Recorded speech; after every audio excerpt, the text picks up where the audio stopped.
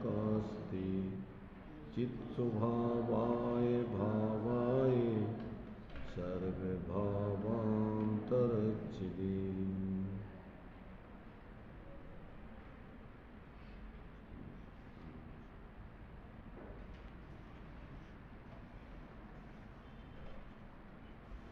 विषय अपना समय सार जी ग्रंथ के माध्यम से पक्षातिक्रांत होने के स्वरूप को समझने का चल रहा है। गाथा 142 के बाद जो 23 कलश लिखे हुए हैं, कैसे कैसे नयों के पक्ष होते हैं, इन सब नयों के पक्षों से पार होकर के जो जीव अपने उस एक चैतन्य स्वरूप आत्मदेव का निर्विकल्प होकर अनुभव करता है, वही जीव वास्तव में समय सार को प्राप्त होता है। और समय सार को प्राप्त कर लेना ही धर्म को प्राप्त कर लेना है, सुख शांति को प्राप्त कर लेना है, चतुर्गति संसार के दुखों से छूटने के उपाय को प्राप्त कर लेना है। तो ये अभी जो कलश हैं 23 कलश, उसमें से अपन ने 2 कलश कल पढ़े थे। उनमें जितने भी नय हैं, उन नयों के स्वरूप को बता करके और अंत में जो अपने आत्म स्वरूप का अनुभव करते हैं, वे ही वास्तव में पक्षातिक्रांत होते हैं। तो उन सभी नयों के बाद एक ही बात सिद्ध की है। सामान्य रूप से अपन वैसे तो इन 2 नयों में अपन ने पर्यायार्थिक और द्रव्यार्थिक कहो या निश्चय व्यवहार कहो, यहाँ तो आचार्य देव ने एक नय ऐसा कहता है, एक नय ऐसा कहता है, एक नय ऐसा कहता है, एक नय ऐसा कहता है। तो ये एक द्रव्यार्थिक नय का पक्ष, एक पर्यार्थिक नय का पक्ष, अथवा एक निश्चय का पक्ष, एक व्यवहार का पक्ष। तो ये दोनों पक्षों में कैसे कैसे वस्तु के स्वरूप को विचार किया जाता है, ये दोनों नयों के आधार से वस्तु के संबंध में कुछ विचार यहाँ बतलाया है। पर इन दोनों प्रकार के विचारों में ही लगे रहने से व्यक्ति को स्वरूप का अनुभव नहीं होता है, उस शुद्ध आत्मा का अनुभव नहीं होता है। तो कैसे होता है? तो ये इन सारे कलशों में उसी बात को स्पष्ट किया है कि जो तत्ववेदी है वो दोनों नयों के पक्षों से रहित अपने उस चैतन्य स्वरूप के अनुभव को गुप्त होकर के अनुभव करता है। इसको अपन नयों को पढ़ लेते हैं सामान्य से, अंत में इसका उपसंहार के रूप में जो अपन को सार है वो दिया हुआ है। सामान्य से तो उसके अर्थ अपन पढ़ लेंगे। तो अभी अपन पहले इन कलशों को सामान्य रूप से पहले संस्कृत के पढ़ते हैं शांति से, और उसके भाव को अपन पढ़ेंगे और अंत में उसका उपसंहार जो दिया है। इन सारे कलशों में एक शब्द को बदला है अकेला, बाकी ज्यों के त्यों पूरे कलश हैं। तो उसमें सिर्फ जो निश्चय व्यवहार के नाम हैं वो बदल दिए और बाकी पूरे कलश ज्यों के त्यों। यहाँ अपन ने जो कल 69-70 में पढ़ा था, तो उसमें अपने लिए जो जीव सभी नए पक्षों से अतीत होकर मुक्त होकर के शांत चित्त होकर के आत्मा का अनुभव करते हैं, वे साक्षात अमृत का पान करते हैं। और इसमें फिर 70वें कलश में एक जानकारी के रूप में दिया था, एक कहता बद्ध है, एक कहता है बद्ध नहीं है, ऐसे। और एकस्य बद्धो न तथा परस्य चिति द्वैर द्वाविति पक्षपातौ यह तत्ववेदी च्युत पक्षपातस तस्यास्ति नित्यम खलु चिच्च देव। तो यहाँ बद्ध और अबद्ध परस्पर में विरोधी नयों को यहाँ पर जो है लेकर के बाकी ज्यों का त्यों कलश में लिखा हुआ है। तो ये अपन ने कल 70 पढ़ा था और उसमें भावार्थ में इन्होंने दिया था कि इस ग्रंथ में पहले से ही व्यवहार को गौण करके शुद्ध नय को मुख्य करके कथन किया गया है। चैतन्य के परिणाम पर निमित्त से अनेक प्रकार होते हैं, उन सबको आचार्य देव पहले से ही गौण कहते आए और उन्होंने जीव को शुद्ध चैतन्य मात्र कहा है। इस प्रकार जीव पदार्थ को शुद्ध, नित्य, अभेद चैतन्य मात्र स्थापित करके अब कहते हैं कि जो इस शुद्ध नय का भी पक्षपात, पक्षपात माने विकल्प, मात्र उसका ही विचार करता रहता है, उसके बारे में ही सोचता रहता है, तो कहते हैं वह भी उस शुद्ध स्वरूप के स्वाद को प्राप्त नहीं करेगा। जो अकेले शुद्ध नय के विचार में ही लगा रहे और शुद्ध नय का जो विषय एकत्व भक्त आत्मा है उसमें अपने उपयोग को एकाग्र करके निर्विकल्प अनुभव नहीं करे, तो वो भी एक पक्ष है, वो भी एक राग है। और वो अगर अनुभव नहीं है तो वो अनंतानबंदी जन ही चल रहा है, बस स्वरूप के संबंध में विचार है। इसलिए वो विकल्प से परे होकर आत्मा की अनुभूति नहीं कर सकता, मोक्ष मार्गी नहीं बन सकता। इसलिए विकल्प में ही अगर उसका विचार करता रहे, सामने तुम्हारा जब तक भोजन नहीं बना है तो भोजन के बारे में सोचना, कैसे बनता है, क्या क्या मिलाया जाता है, क्या नहीं मिलाया जाता है, सब सोच लिया। अब भोजन बन चुका है, अब कितना सुंदर भोजन बन गया है, ये रसगुल्ला बढ़िया है, ये ऐसा है, ये ऐसा है, तो इससे तुम्हारा पेट नहीं भर जाएगा। ऐसे ही अपने शुद्ध आत्मा के बारे में कितने भी विचार करते रहो, उससे तुम्हें कोई शुद्ध आत्मा की आनंद और शांति नहीं मिलने वाली। जब तक आप अपने उपयोग को उसमें एकाग्र करके निर्विकल्प अनुभूति नहीं करोगे, तब तक आपको उस आत्मा का या धर्म का आनंद नहीं मिलेगा। तो ये बात यहाँ पर कह रहे हैं कि शुद्ध, यहाँ अशुद्ध नय की तो बात ही क्या है, किंतु यदि कोई शुद्ध नय का भी पक्षपात करेगा तो पक्ष का राग नहीं मिटेगा, इसलिए वीतरागता प्रकट नहीं होगी। और वीतरागता ही धर्म है। तीन गुण में सार वीतराग विज्ञानता, शिव स्वरूप शिवकार, नमो त्रियोग समार के।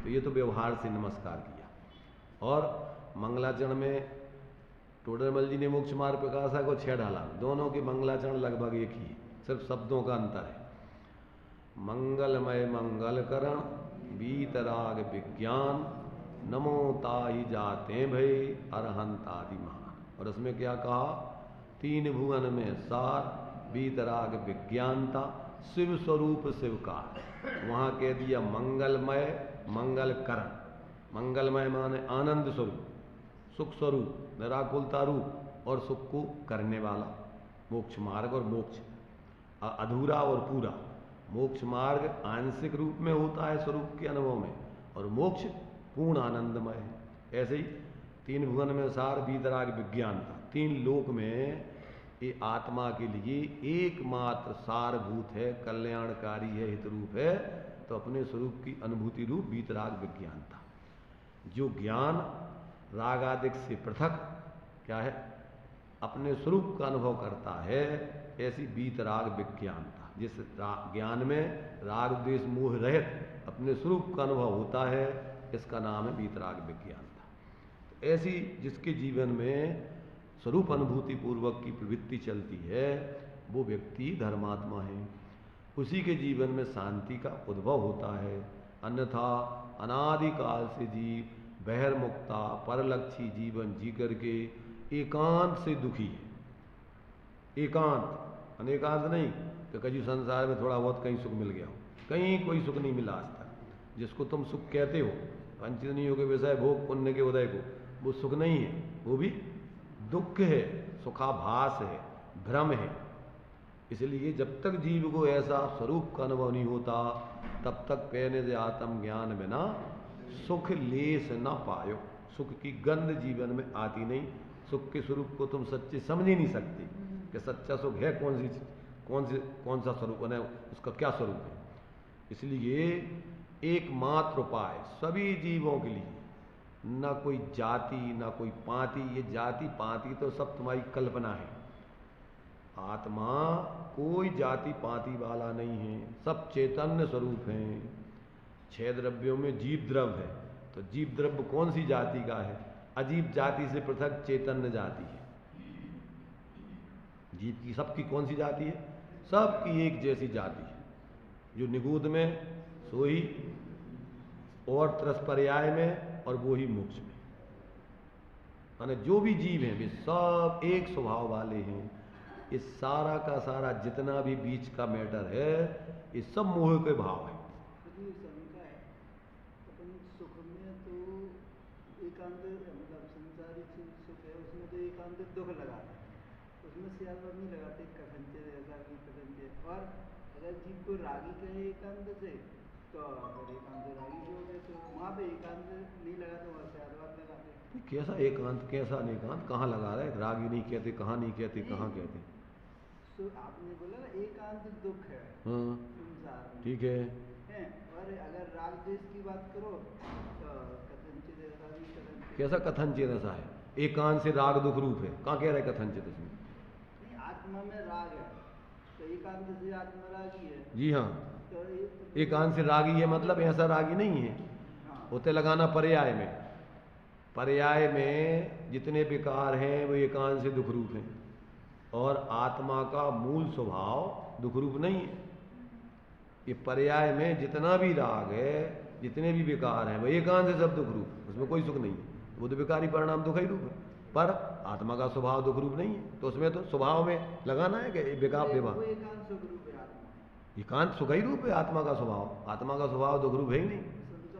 पर्याय में दो दशाएं हैं, सुखरूप दशा भी है, दुख रूप दशा भी है, परंतु आत्मा का स्वभाव वो सुख स्वभावी है, उसमें दुख नहीं। अवस्था में, क्षणिक अवस्था में सुख और दुख होते हैं, परंतु उसका मूल स्वभाव चेतन स्वरूप है, उसमें कोई दुख का काम नहीं। तो ये उसकी परिणति में क्षणिक दुख और सुख, परावलंबन जो परिणति लेती है उसमें दुख है, और जो स्वावलंबी परिणति है वो सुख है। अब जितनी जितनी स्वावलंबन करेगी, चार कसाएं हैं, अनंत माने आंशिक वितराग अनंत आनंदी के अभावजन्य की उतना आनंद मिलेगा, फिर अप्रत्यख्यान के अभावजन उतना आनंद मिलेगा, फिर प्रत्यख्यान के अभावजन उतना आनंद मिलेगा, संजनन का अभाव तो यथाख्यात सुख मिलेगा। जैसा तुम्हारा वास्तविक द्रव्य में सुख है वैसा सुख प्रकट हो जाएगा। तो ये तो तुम्हारी परिणति जितनी जितनी अपने स्वभाव का अवलंबन करेगी, जिसमें सुख है उसमें से प्रकट होगा, जहाँ है ही नहीं तो ये कान से उसमें दुख ही है। तो बाहर में अपन को कहीं भी सुख नहीं है, पर में तो है ही नहीं, पर परावलंबन के भावों में भी सुख नहीं है। परावलंबन के भाव दुख रूप है, आकुलता रूप है। अगर वो नहीं हो तो फिर अपन को संसार के अभाव करने की, मोक्ष मार्ग और मोक्ष की सिद्धि करने का उपदेश काय है? अगर पर्याय में भी जीव के दुख नहीं है तो अब क्या जरूरत क्या है उसको उपदेश देने की, मोक्ष मार्ग में प्रवृत्ति करने की? इसीलिए पर्याय में दो धर्म, दो पना है, सुख रूप भी है, दुख रूप भी है, पर अपना मूल स्वभाव एक रूप है।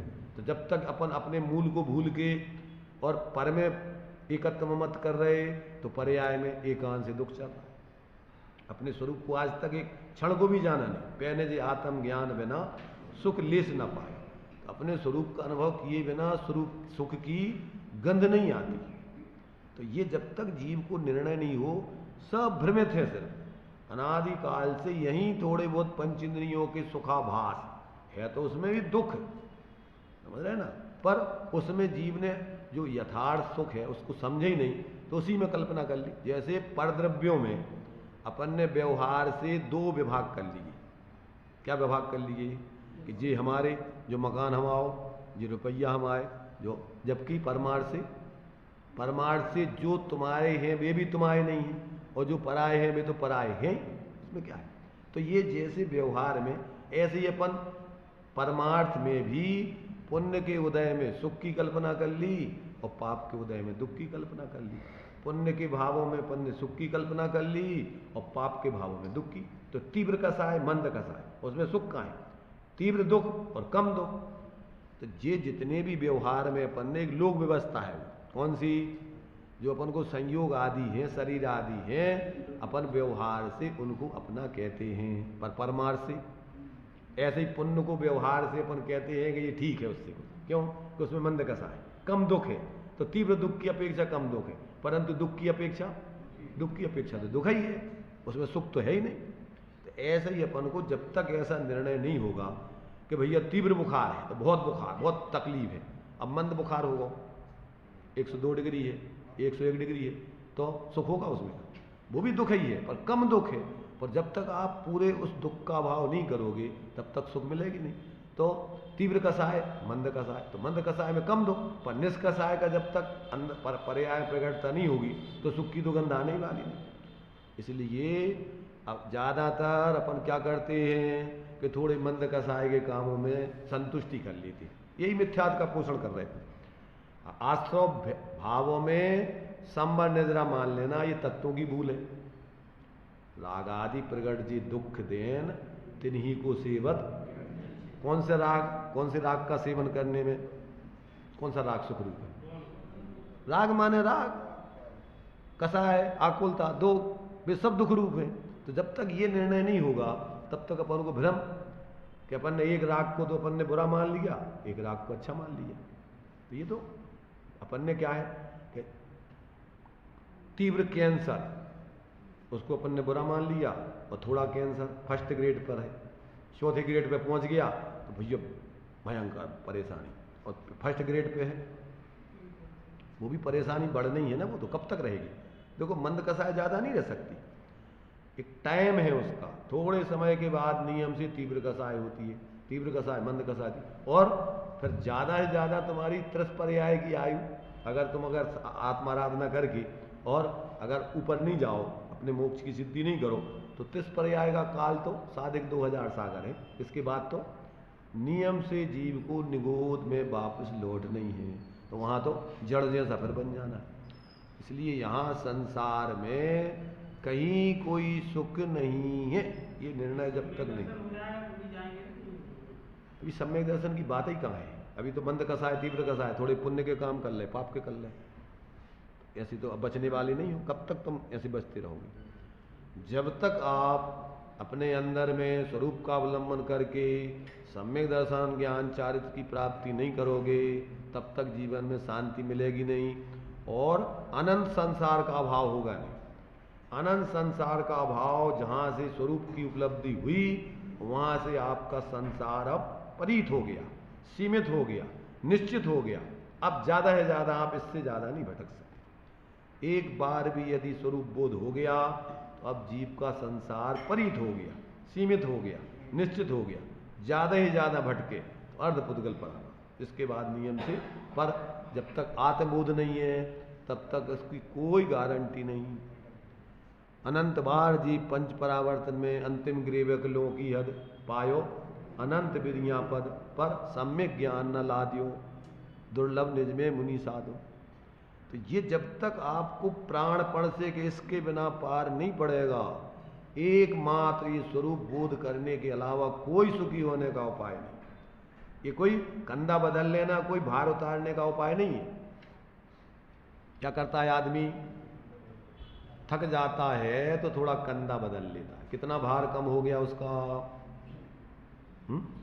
ऐसे ही अपन तीव्र कषायों में थक जाते हैं, चलो भैया थोड़े अपन अब तीर्थ यात्रा करें आए, कुछ और कहीं न चले जाएं, चलो। क्या हो गया? एक कंधा बदलना है सर, फिर आकर के फिर उसी भट्टी में आगे झोंकता ही, कुछ नहीं होना इससे। जब तक आप जहाँ हो वहीं रह कर के आपका तीर्थ आपके पास है, बाहर में कहीं नहीं। तैरने का उपाय एकमात्र रत्नत्रय है, जिससे तैरा जाए। तैरने का तीर्थ है वो कौन सा? सम्यक दर्शन ज्ञान चारित्राणी मोक्ष, इसके अलावा और कोई तीर्थ नहीं है। वो तीर्थ तो वहाँ जाके जहाँ ज्ञानियों ने आराधना की है, जहाँ महापुरुषों ने पांच उनके कल्याणक आदि हुए, वहाँ जाके अगर तुम ये काम करो जो काम उनने किया तो उपचार से उसको तीर्थ कहें, और वो काम तो नहीं करो, भ्रमित होकर के उसमें दंभ करो, और ज़्यादा पाप का बंध होता है। हम शिखर जी 101 वंदना करके आ गए। सामान्य व्यक्ति इतना दंभ नहीं करेगा, इतना निश्चिंत नहीं होगा जितने तुम हो गए, तो गए काम से। क्यों? कि शिखर जी, संवेद शिखर जी का मतलब तो है कि समता के वेदन के शिखर को जो छुआ, जहां पर जिन्होंने संवेद शिखर क्या किया, उन्होंने समता के वेदन के शिखर को, जो आत्मा का शुद्ध स्वभाव है, एक बार उसको छू लिया, एक बार बंदे जो कोई, तो क्या होगा? ताए नरक पशु, सम्यक दृष्टि को नरक पशु गति आदि नहीं होती, गारंटी है। तो ये जब तक अपन ने औपचारिक रूप में अपन ने पढ़ लो, ये औपचारिक धर्म को धर्म मान लो, पारमार्थिक धर्म समझा नहीं, भ्रम में पड़ गए और दंभ करने लग गए और दूसरों के लिए भी नीचा मान के क्या करने लग गए, अपने को ऊंचा और अहंकार करके पाप बांधने लग गए। हम तो इतनी बार कर लिया, हमने तो ऐसा कर लिया, हमने तो इतना कर लिया, क्या कर लो, दंभ कर लो। अंदर में जो उसका बोध जिसके लिए था वो व्यवहार परमार्थ के लिए था, उससे परमार्थ तो सिद्ध किया नहीं, और क्या किया, उससे और अहंकार और पोषित कर लिया। इससे क्या हुआ? इसलिए भ्रमणा छोड़ करके जब तक व्यक्ति यथार्थता का अपने जीवन में बोध नहीं करता तब तक सब भ्रम है, तब तक सब संसार का कारण है। इसलिए यहाँ पर अपन को इन सब बातों को दिमाग में सब प्रकार से, आगम से, युक्ति तर्क से, ज्ञानियों के निर्णय से, और फिर जब तक स्वयं अनुभव नहीं हो जाए तब तक कहीं संतुष्टि करने की जरूरत नहीं। तो ये जो है जीव, इसलिए वीतरागता प्रकट नहीं होगी।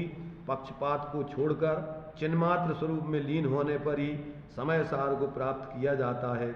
इसलिए शुद्ध नय को जानकर उसका भी पक्ष छोड़कर शुद्ध स्वरूप का अनुभव करके स्वरूप में प्रवृत्ति रूप चारित्र प्राप्त करके वीतराग दशा प्राप्त करना चाहिए। इस सभी नयों का प्रयोजन एक ही है। सब नयों से बताया स्वरूप को ही है, चाहे व्यवहार नय हो चाहे निश्चय हो। काय के लिए बताते हैं? वो परमार्थ को बताने के लिए व्यवहार है, ना कि भ्रमित होने के लिए। परमार्थ के उद्देश्य से ही, क्यों कि व्यवहारी जीवों को इसी समय सारजी में लिखा है कि बिना व्यवहार के परमार्थ को समझा पाना अशक्य है। उसका उपाय एकमात्र व्यवहार से ही उसको समझाने का उपाय है। और जो व्यक्ति पक्षातिक्रांत होकर उस परमार्थ को समझ लेता है, अब उसके लिए क्या हो गया, अब यथार्थ बोध हो गया, अब उसके लिए समझाने की जरूरत नहीं। अब क्या करना, अपन को क्या उचित है क्या अनुचित है, क्योंकि अब उसी परमार्थ में पूर्ण लीन होना है। थोड़े समय के लिए परमार्थ कार्यकारी नहीं है, अब तो उसी परमार्थ मय अपन को अनंत काल तक होना है। तो अब जैसे बने तैसे बाहर से निर्वृत्ति करके अब उसी स्वरूप प्रवृत्ति में व्यक्ति लग के पूर्ण उसमय होगा। तो ये क्रम से फिर आगे के लिए बाहर की निर्वृत्ति पूर्वक स्वरूप प्रवृत्ति की साधना होती है। ऐसे ही निमित्त नैमित्तिक संबंध है। बाहर से निर्वृत्ति पूर्वक स्वरूप की विशेष प्रवृत्ति की आराधना होती है। बाहर की प्रवृत्ति में लगे रहो और सोचो कि हम निर्वृत्ति स्वरूप आत्मा में विशेष प्रवृत्ति कर लें, वो नहीं होती। इसलिए ये सारा का सारा अपन को निश्चय व्यवहार का फिर संतुलन जीवन में उसकी बनता है, और फिर वो जिस तरीके से अपने स्वरूप प्रवृत्ति विशेष होती जाती है वैसी वैसी बाहर से निर्वृत्ति करके और अपने स्वरूप आराधना विशेष करता है। तो ये अपन को जो पक्ष दिए हैं नयों के, कौन कौन से नए से वस्तु स्वरूप समझाया जाता है व्यवहार में, और परमार्थ से फिर परमार्थ तो एक ही है, व्यवहार अनेक प्रकार का है और परमार्थ एक ही, पर उस परमार्थ के विकल्प में ही अटके रहने से भी परमार्थ की प्राप्ति नहीं होती। यहाँ तो उस बात को कहा है।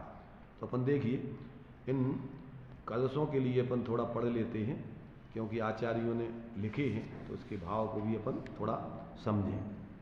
तो 69 70 अपन ने कल पढ़ा था, 71 आदि से अपन यहाँ पढ़ते हैं। देखिए शांति से सब लोग बोलेंगे। अगर आप लोगों को पुरुष वर्ग को एक लाइन अलग बोलना है और महिला वर्ग को अलग बोलना है तो भी बोल सकते हो, एक साथ बोलना है तो एक साथ, जैसा तुम्हें रुचे वैसा बोलो, पर शांति से बोलो समझते हुए। जल्दी आकुलतापन को कोई किसी को निपटाना नहीं है, कोई खाना पूर्ति नहीं करना।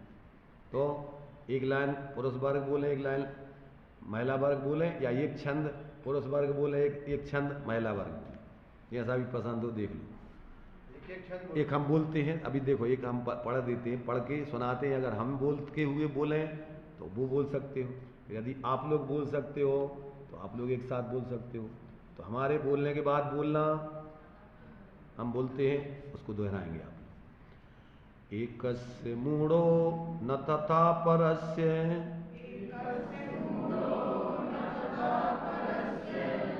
चिति द्वैर्द्वा विति पक्षपातौ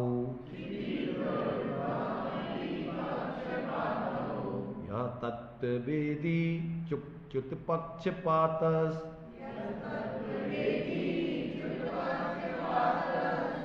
तस्यास्ति नित्यं खलु चेच्चिदेव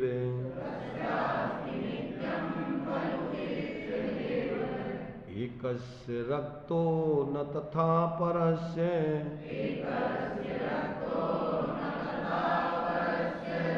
चितिद्वैर्द्वाविति पक्षपातौ यस्तत्वेदी च्युत्पक्षपातस् तस्यास्ति नित्यं खलु चेच्चिदेव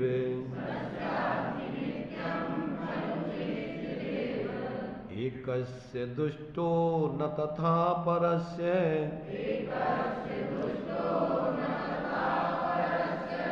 चितिद्वैर्द्वाविति पक्षपातौ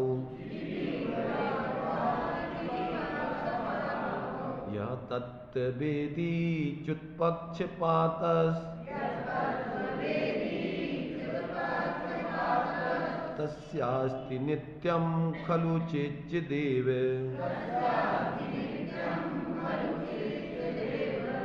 एकस्य कर्ता न तथा परस्य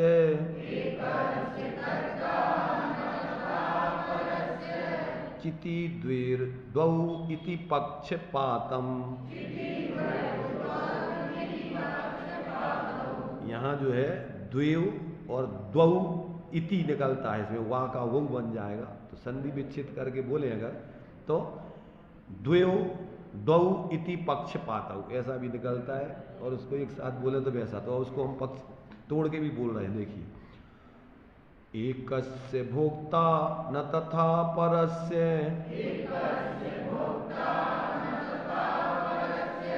चितिद्वौ विति पक्षपातौ चिति द्वौ इति पक्षपातौ, यानी द्वौ और द्वौ इति, उसमें से इति निकल इति पक्षपातौ।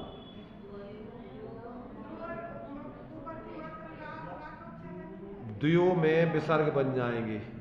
द्वयो नीचे देखो संधि विच्छेद करके लिखा हुआ, देखो नीचे या लिखा हुआ नीचे लिखा हिंदी, देखो उसको नीचे द्वौ और द्वौ, यानी द्वयो पहले तो बोलना है द्वयो और द्वौ पक्षपातौ, संधि विच्छेद होगा जब। और यदि संधि विच्छेद नहीं करना है तो फिर द्वैर्द्वाविति पक्षपातौ ऐसे बोलते जाते, छोड़ो अपन को उसमें बोलने में परेशानी होती। तो एकस्य भोक्ता न तथा परस्य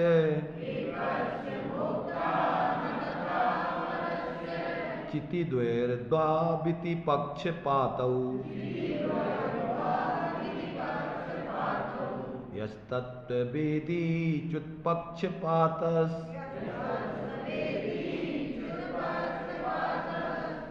यस्यास्ति नित्यं खलु चेच्चिदेव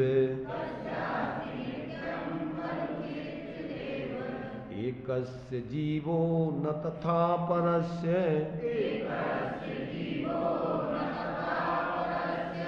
चितिद्वैर्द्वाविति पक्षपातौ यस्तत्वेदी च्युत्पक्षपातस् तस्यास्ति नित्यं खलु चेच्चिदेव एकस्य सूक्ष्मो न तथा परस्य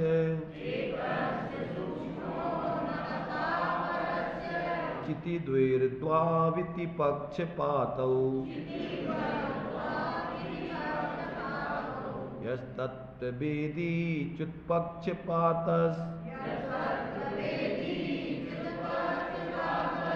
तस्यास्ति नित्यं खलु चेच्चिदेव एकस्य हेतुर्न तथा परस्य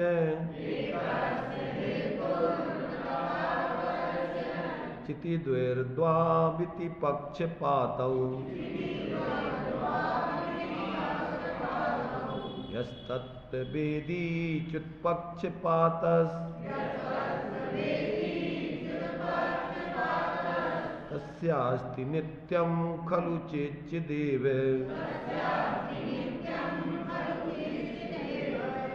एकस्य कार्यं न तथा परस्य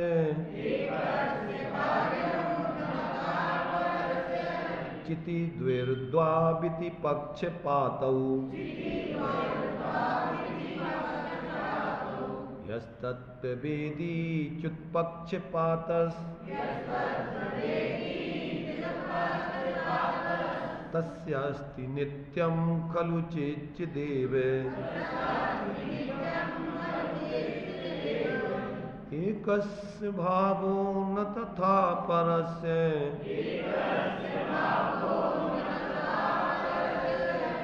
चिति द्विर्द्वाविति पक्षपातौ यस्तत्वेदी च्युत्पक्षपातस् तस्यास्ति नित्यं खलु चेच्चिदेव। इतना का अपन अर्थ पहले सामान्य से समझ लेते हैं, इसके बाद आगे विचार करेंगे। देखिए इनका माने क्या आचार्य बता रहे हैं, नयों में किस किस तरीके से आत्मा का स्वरूप बताया है, एक नए से ऐसा एक नए से ऐसा। जिसमें अपन ने अभी कल 70 तक पढ़ा था, 71 में देखिए 278 पेज पर नीचे श्लोकार्थ। जीव मूढ़ माने मोही है, ऐसा एक नए का पक्ष है। कौन सी नए का? पर्यार्थिक नए का। और मूढ़ नहीं है अर्थात मोही नहीं है, ऐसा दूसरे नए का पक्ष है। कौन से नए से? निश्चय नए से। आत्मा मोही नहीं है। इस प्रकार चित स्वरूप जीव के संबंध में देखो, दोनों नए उस चैतन्य स्वरूप जीव के संबंध में ही है। पर्यार्थिक नए से जीव अपने स्वरूप को भूल के पर्याय में मोही रागी द्वेषी बना हुआ है। और उसका स्वरूप कैसा है परमार्थ से देखो तो ये सब वास्तव में इस ये कर्म के उदय के भाव है। जीव तो एकमात्र चैतन्य सबसे पृथक चैतन्य स्वरूप ही है। तो उस नए, तो अब ये दो नए हैं, तो दो नए से अपन ने विचार कर लिया। एक से यथार्थता का विचार कर लिया कि आत्मा का यथार्थ स्वरूप ये है, और एक से विचार कर लिया आत्मा का परिस्थिति जन या पर्यायजनित विकारी स्वरूप ये चल रहा है वर्तमान, ये ज्ञान कर लिया।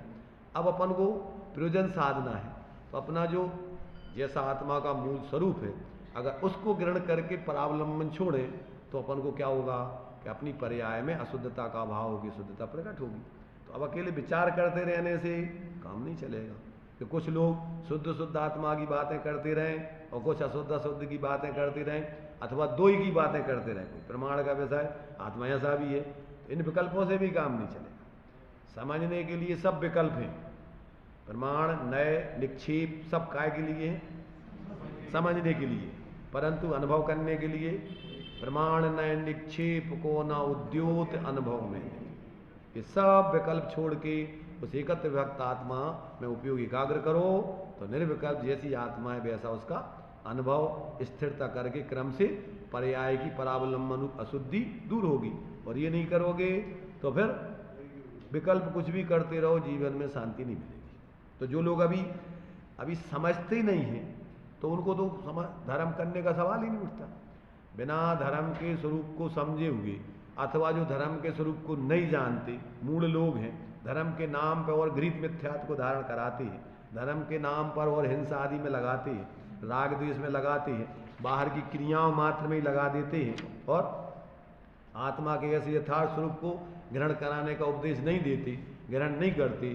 किसी के जीवन में शांति मिलने वाली नहीं, चाहे वे कोई पक्ष वाले हो, चाहे वे बाहर में कितने ही पुण्यशाली हो, कितनी भीड़ उनके संग लगी हो, उससे कोई मतलब नहीं। जब तक ऐसे अपने एकत्र व्यक्त आत्मा को समझकर उसकी श्रद्धा ज्ञान लीनता परिणति में जीव नहीं करेगा, वो कोई भी हो उसके लिए जीवन में शांति की गंध आने वाली नहीं है। चाहे बाहर में वेशधारी हो और चाहे बगैर वेशधारी, चाहे बाहर क्षयुप ज्ञान वाला विद्वान हो और चाहे मूर्ख हो, और चाहे धनाढ्य हो और चाहे गरीब हो, धर्म में इनसे कोई अंतर नहीं पड़ता। जब तक अंदर में अपने उस एकत्र व्यक्त आत्मा को समझ के उसकी क्या है लीनता नहीं करोगे उसका अनुभव, तब तक जीवन में शांति मिलने वाली नहीं। इसलिए धर्म किसी का अलग अलग नहीं है, सब जीवों के लिए एक ही मार्ग है, सब जीव हैं और सबके लिए सुखी होने का एक हो त्रयी काल में परमा। जब तक इसको नहीं समझे हमारा धर्म अलग तुम्हारा धर्म अलग, अलग वस्तु स्वरूप के आधार से तो अलग है, पर ऐसा अलग नहीं है कि तुम्हारे लिए मोक्ष मार्ग अलग और हमारे लिए कुछ अलग। सबके लिए मोक्ष मार्ग तो एक ही प्रकार का है, ना इसमें जाति चलती है, ना कुल चलता है, ना बाहर की कोई पद चलते हैं, ना वेश चलता है, ना देश चलता है। यहाँ तो एकमात्र अपना स्वरूप ही अवलंबन करने लायक। ये जब तक ज्ञान में नहीं आए तब तक आपके बहुत सारे जो मूढ़ता वाले पक्ष हैं, सांप्रदायिक बुद्धि वाले, वे मध्य नहीं पड़ सकते और आप जीवों के प्रति सहज आत्मीयता का भाव सबके प्रति नहीं रख सकते। तो ये जब तक व्यक्ति तत्व ज्ञान नहीं करेगा तब तक अभी स्थूल मिथ्यात्व नहीं गलता है। 6 द्रव्यों के स्वरूप को समझने से गृहीत मिथ्यात्व दूर होता है और 7 तत्वों के स्वरूप को समझ करके सूक्ष्म अगृहीत मिथ्यात्व दूर होता है। क्यों? कि वो भावात्मक दोष दूर करना है और ये द्रव्यात्मक वस्तु स्वतंत्रता का निर्णय करना है। 6 द्रव्यों के स्वरूप को समझोगे तो ये विश्व कहाँ से आया, किसने बनाया, कब तक रहेगा, कौन मिटाएगा, अबे तो यही के बारे में निर्णय नहीं है। कहाँ से आया, किसने बनाया, तो ये तो कहीं से नहीं आया है, किसी ने बनाया नहीं है, कोई इसको साधे हुए नहीं है, कोई मिटा नहीं सकता है। कैसा है?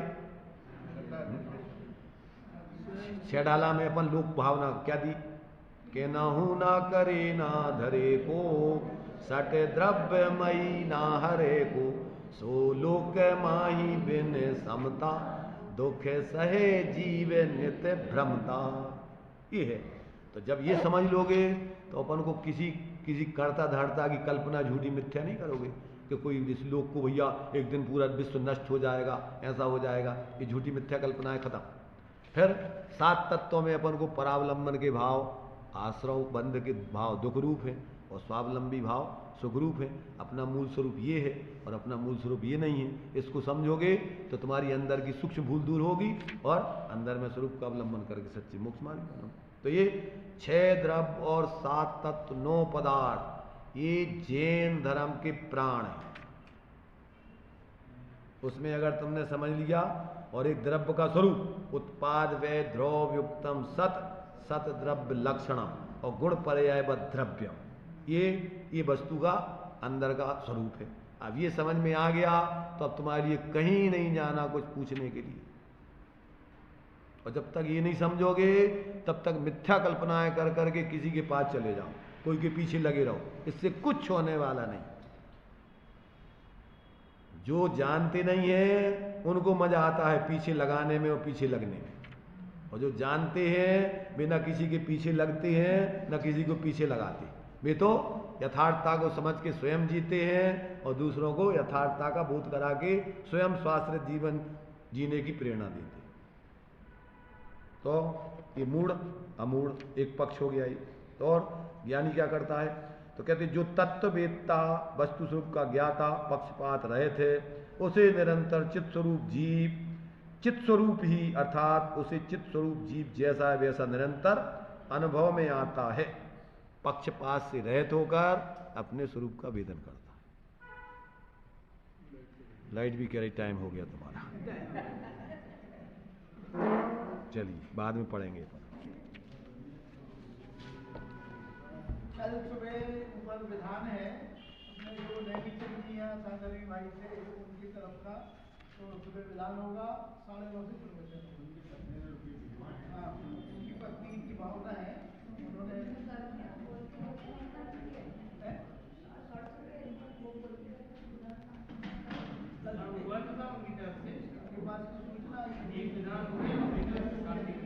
हाँ तो तुम्हारा तो जो चल रहा है जो कुछ करना देख लेना।